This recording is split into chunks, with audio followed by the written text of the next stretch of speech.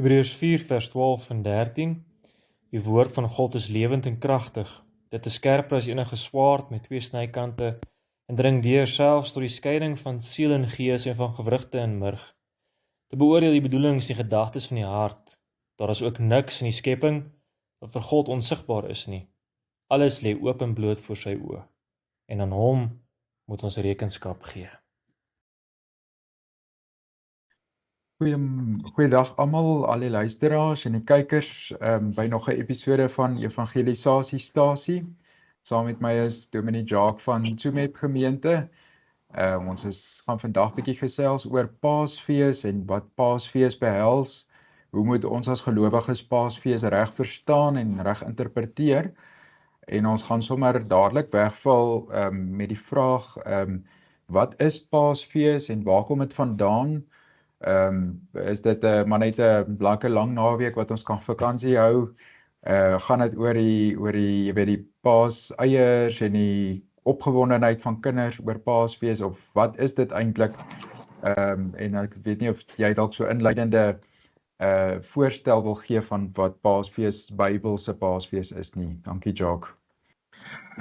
Ja nee, baie dankie vir die geleentheid en ja, dis eintlik 'n baie wonderlike gesprek. Ek het nou vanoggend ook die geleentheid gehad om by die skool so 'n bietjie te gaan gesels by die staatskool hierso in Tsumeb by Francis Galton oor Paasfees en juist hierdie klem dat die wêreld eintlik dit weggelei het van die ware betekenis. Nou Paasfees kom daaruit Exodus 12 na vore. Dis uit die boek Exodus en daai woordjie exit wat mense dan hoor in die Exodus naam.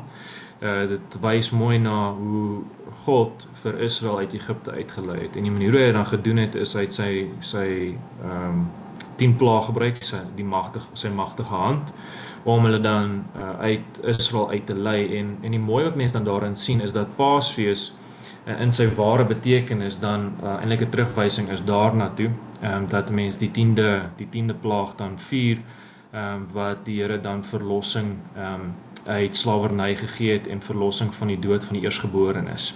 Maar wat ons nou wel mooi sien by die Nuwe Testament, sien mense dat Jesus Christus net voor Paasfees gekruisig is. En wanneer hy dan daar aan die kruis vir ons sterf, het sy liggaam vir ons het hy sy liggaam vir ons gebreek en sy bloed vir ons gevloei, sodat ons verlossing kan kry van die boeye van die sonde. So dit is 'n slawerny van die sonde waaruit Jesus Christus ons gered het. En natuurlik het hy ons gered van ook dood, die ewige dood. En so het oorwinning daaroor gekry, Gods verlatenheid, wat ons sou moes ontvang het vir ons sondes. En dis hoekom hierdie eintlik 'n feestyd is. Ons het eintlik baie om vir dankbaar te wees met Paasfees, want die Here het vir ons genade gegee.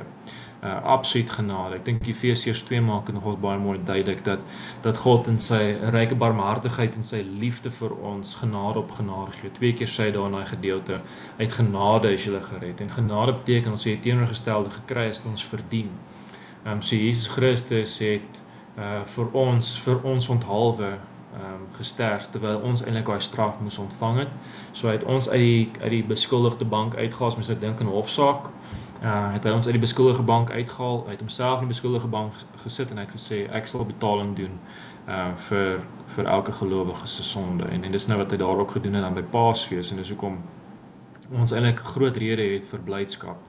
Groot rede het om die Here te wil loof en te prys in hierdie tyd, en dat hierdie nie gaan oor paaseiers en paashaas en alles wat aards is nie. Dit gaan oor dat ons terugdink aan wat die Here vir ons gedoen het, en ons wil hom dankie sê in hierdie tyd. Ons wil hom loof en prys elke dag vir daai ryke genade. Ja nee, dis wonderlik, die hele gedagte ook van die Paasfees wat 'n Ou Testamentiese ritueel en gebruik en tradisie is, maar vir ons as gelowiges, Nuwe Testamentiese gelowiges, het dit steeds waarde. En dis dalk 'n goeie tyd om hierdie Paasnaweek weer die verhaal van Exodus 12 te lees en net weer saam met jou gesin dit deur te gaan en te sien hoe die wonderlike vervulling ook in Christus daarin in plaas gevind het. Ek dink dis iets wat ons maar moet doen. Ek dink ons skeep baie keer die Paastyd af, nee, baie mense maak so groot ophef oor die Kerstyd en die geboorte van Christus wat ook baie wonderlik is en is 'n vreugdevolle tyd.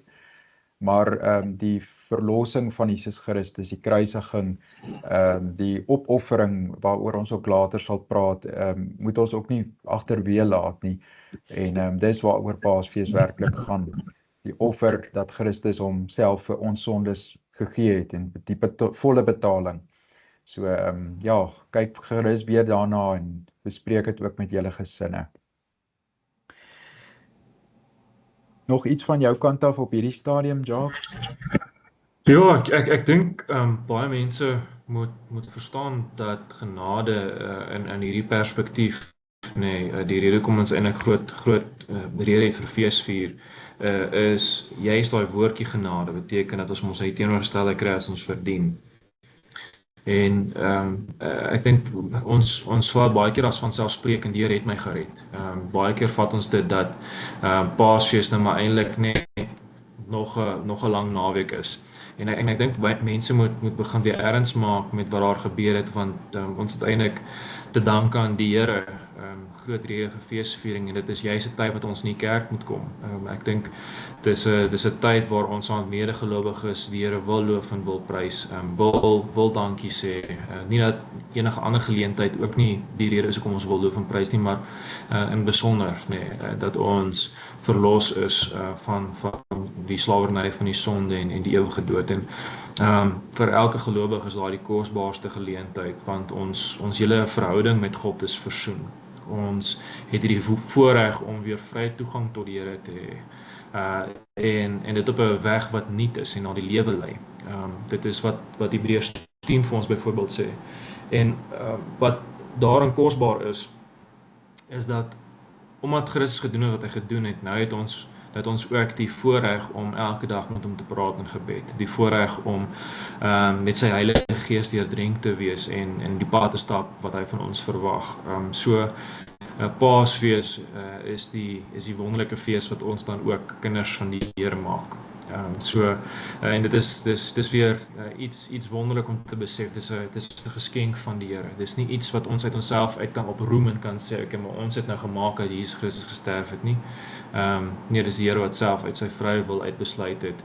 Hy gaan sy seun stuur om vir ons onthalwe ons sy kinders te maak, om vir ons onthalwe aan die kruis te sterf, om vir ons onthalwe ons te verlos van sondes wat ons uit onsself uit nie kon voorbetaal nie.